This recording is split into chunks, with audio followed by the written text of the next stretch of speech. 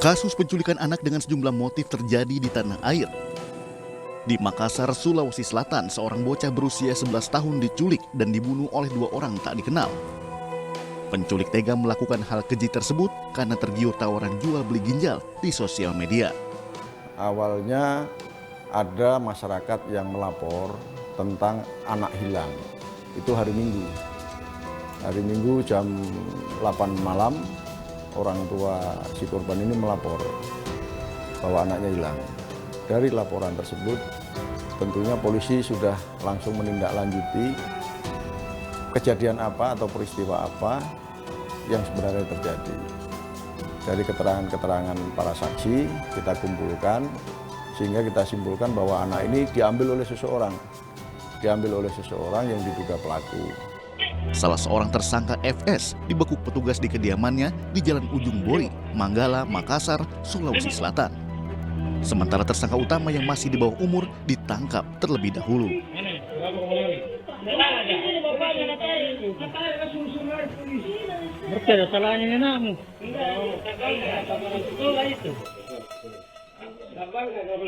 CCTV yang saya sampaikan tadi membantu banyak tugas kepolisian. Dari CCTV kita pelajari, kita analisa siapa kira-kira yang membawa si korban ini. Ternyata kita simpulkan bahwa itu adalah si pelaku A. Dari analisa tersebut, kita lakukan penangkapan terhadap A dan kita lakukan interogasi, ternyata benar bahwa yang bersangkutan telah melakukan penculikan dan akhirnya melakukan pembunuhan. Dibawa ke mana? Dibawa Menceloi. Mencel 3 kok. Sampai Mencel 3 kok. 3 aja. Berapa motor kok? 1. Sampai di Menceloi terus kenapa? Buang.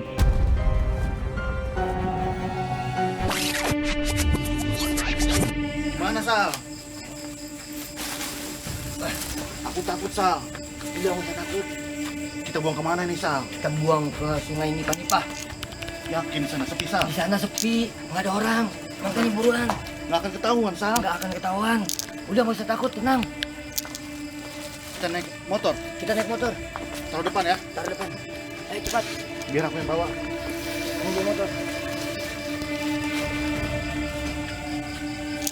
Kamu bantu tahan ya.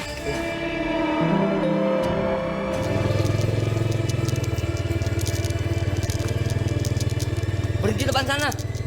Di sana kita buang. Di sini. Iya, Ya sudah. Aman di sini. aman. Cepat. Tadi kamu tarik.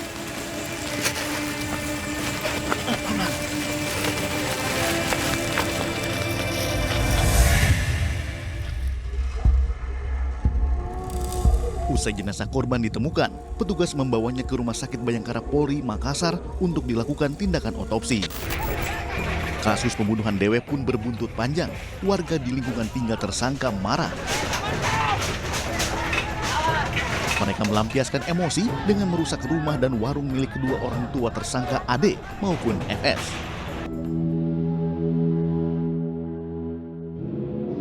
Aksi penculikan yang dilakukan oleh tersangka AD tergolong nekat.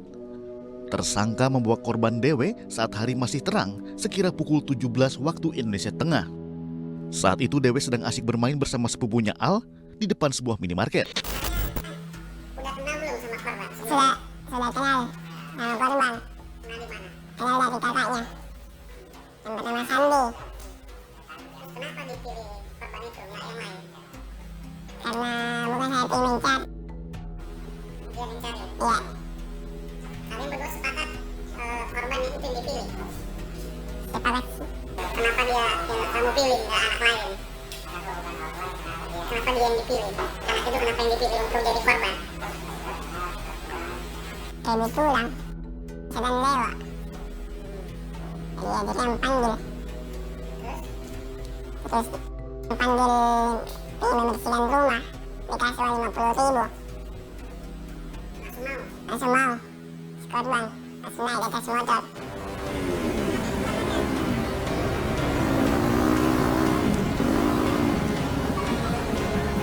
Adik sini. Mau 50.000 nggak? Tapi ada syaratnya. Mau bantuin bersih rumah kakak.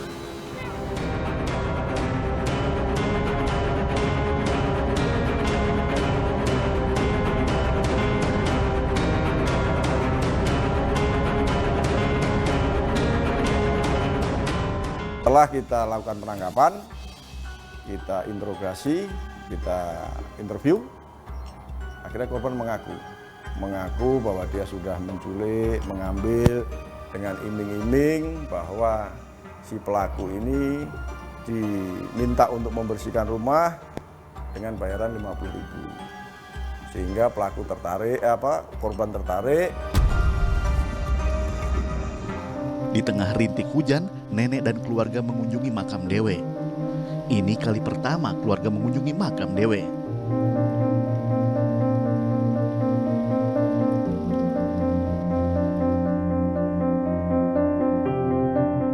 Di atas pusara, lantunan doa dan harap terucap agar Dewe tenang di alam sana.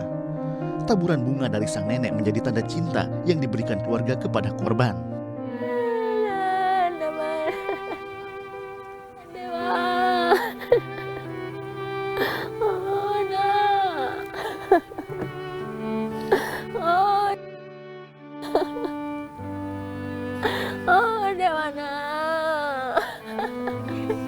Tak bisa ku tahan dengan aku.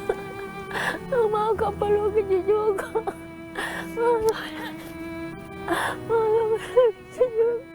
buat pelaku Hukum mati saja, Pak. Hukum mati. Hukum mati dua-duanya itu kasihan. Hukum mati, Pak. Hukum mati. Anakku cucuku mati juga. Harus hukum mati juga kasih sama ini, Pak. Hukum mati juga kasihan. Hukum mati juga, Pak. Hukum mati.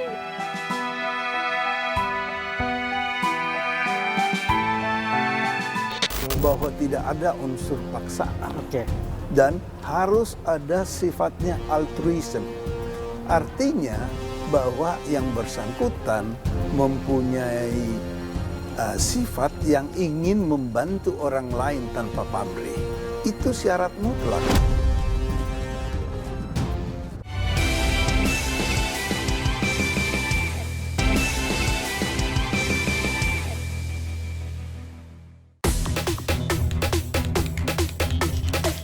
Lantas, apakah dampak kesehatan bagi seseorang yang telah menjual ginjalnya? Apakah ada efek samping yang akan dirasakan di kemudian hari? Sobat saya Abraham Silaban, saya ada di salah satu rumah sakit di wilayah Tangerang Selatan.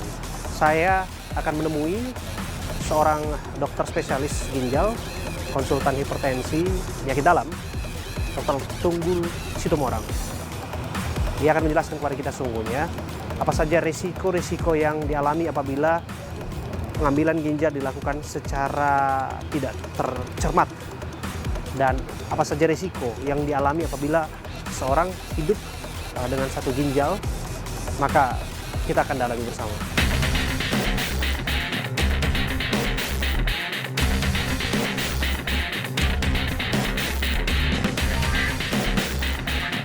Sobat, tentu banyak pertanyaan publik yang belum terjawab, yang penasaran apakah mungkin kemudian ginjal diperjualbelikan dengan sebegitu mudahnya dalam sindikat yang sudah ditangani oleh polisi saat ini. Lantas apakah ada risiko medis yang dialami oleh mereka-mereka yang sudah terlanjur nekat, atau barangkali mereka yang dipaksa dan lain sebagainya untuk mendonor ataupun menjual ginjalnya? Kita akan bahas bersama dengan dokter spesialis penyakit dalam ginjal hipertensi, yaitu Dr. Tunggul Situmorang. Terima kasih sudah bersama kami. Baik, Dr. selamat siang.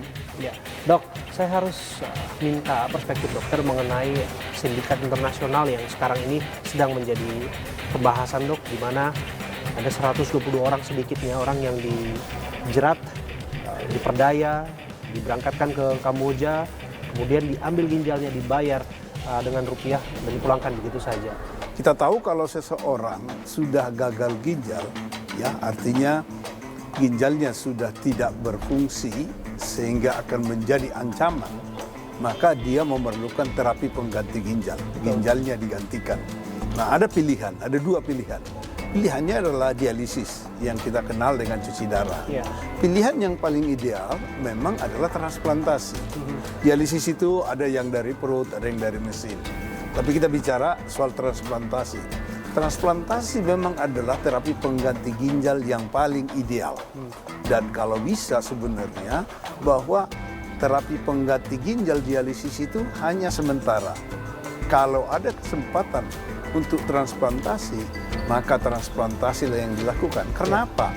Dengan transplantasi, maka fungsi ginjal itu akan bisa digantikan secara keseluruhan. Jadi memang diberikan ginjal yang sehat kepada seseorang yang kedua ginjalnya sudah gagal. Nah, tetapi harus diingat juga bahwa tidak semua orang atau pasien suitable atau pantas untuk ditransplantasi. Dan tidak semua manusia donor suitable atau pantas menjadi donor. Sehingga proses ini sebenarnya, proses transplantasi itu kita sebut proses operasi sangat elektif. Sangat elektif apa artinya? Artinya harus dipersiapkan dengan sebaik-baiknya, dengan risiko seminimal-minimalnya, baik terhadap donor maupun terhadap resipien. Dan tidak ada transplantasi yang terburu-buru. Jadi seseorang donor adalah seseorang yang dinyatakan sehat. Melalui pemeriksaan yang sudah rumit, ya cukup rumit, karena secara moral harus ada tanggung jawab mediknya. Bahwa yang memberikan ginjalnya itu, sesudah dia berikan ginjalnya satu, maka dia tetap bisa hidup normal. Hidup normal. Bagaimana itu caranya? Diperiksa dengan baik bahwa tidak ada faktor risiko dan fungsi ginjalnya memang kalau diberikan satu masih tetap yang satu itu dia tetap hidup bisa normal. Malah kami sempat mendengar, Dok, biasanya pendonor itu dicari dari keluarga terdekat atau ada syarat garis keturunan dan sebagainya. Itu kah? Betul. Demikian? Jadi memang pada transplantasi ginjal yang terutama yang lebih baik hasil outcome-nya itu, luarannya itu adalah yang disebut dengan related donor. Berasal dari keluarga sendiri yang dalam bahasa Inggris disebut yang family. Jadi yang sendiri, yang keluarga yang lini satu. Jadi kakak ke adiknya, adik ke kakaknya, orang tua ke anaknya, anak ke orang tuanya. Itulah yang memberikan hasil yang baik, ya. Tetap dengan persiapan dan tetap ada satu unsur yang sangat utama yang selalu kita lakukan, bahwa tidak ada unsur paksaan. Dan harus ada sifatnya altruism. Artinya bahwa yang bersangkutan mempunyai sifat yang ingin membantu orang lain tanpa pamrih. Itu syarat mutlak. Juga seorang yang sudah hidup dengan satu ginjal, apa hal-hal yang jadi pantangan atau barangkali hal-hal yang bisa jadi risiko besar depannya? Ya, jadi seperti saya bilang tadi, dari awal harus ditetapkan apakah orangnya sehat benar dan bisa menjalani operasi besar. Itu termasuk operasi besar, ya, yang mengambil ginjalnya itu harus diperiksa dengan baik. Dan apakah sesudah diberikan ginjalnya dia bisa hidup normal? Walaupun dikatakan bisa hidup normal, tetap ada risiko setiap pengambilan organ. Paling sedikit katakanlah sudah dibuktikan baik pada binatang percobaan maupun pada orang. Sesudah diambil ginjalnya itu, maka ginjal yang satu itu akan menjadi pekerjaannya lebih berat, akan menjadi lebih membesar, yang disebut dengan hiperfiltrasi.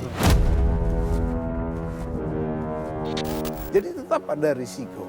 Tetapi kalau itu sudah diperhitungkan sebelumnya dengan fungsi ginjal biasanya itu di atas 80%, ya ada angka-angka yang menjadi syarat, itu bisa dikatakan risiko itu minimal. Tetapi juga harus diperhatikan ada faktor risiko yang lain. Apa itu? Jadi kalau dia ada hipertensi, sudah pasti dia tidak bisa menjadi donor, mau bagus sebagus apapun ginjalnya. Kalau dia ada diabetes, pasti dia tidak bisa menjadi donor, tidak diterima sebagai donor sebagus apapun ginjalnya, karena risikonya ada ke waktu yang akan datang. Apalagi kalau ada gangguan ginjal yang lain. Ada batu ginjal, ada penyakit imunologis, ada penyakit lain. Jadi itulah yang kami seleksi, bahwa risiko harus seminimal mungkin. Terima kasih Dokter Tunggul. Baik, Semarang mudah-mudahan meluangkan waktunya kepada kami, dan harapannya ini bisa menambah wawasan ya dok ya. Ya. Dan kepada siapapun yang menyaksikan bisa lebih mawas diri dan hati-hati ya dok ya. Tentu Ya. saja terhadap sindikat-sindikat yang bekerja bujuk rayu untuk menjual ginjal mereka. Saya Abraham Silaban. Terima kasih, sampai jumpa. Baik.